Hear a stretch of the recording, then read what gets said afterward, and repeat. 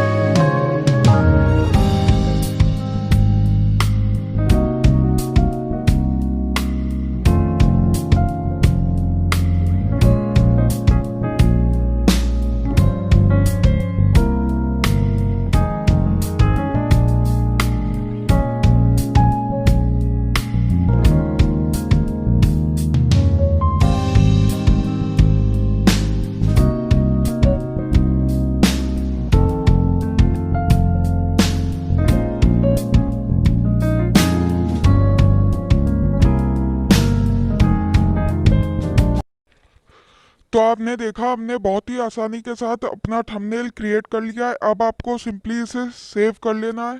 हमारा थंबनेल हो चुका है save. Thanks for watching this video. अगर आपको वीडियो पसंद आया हो तो लाइक एंड शेयर जरूर करिएगा और चैनल को सब्सक्राइब जरूर कर लीजिएगा।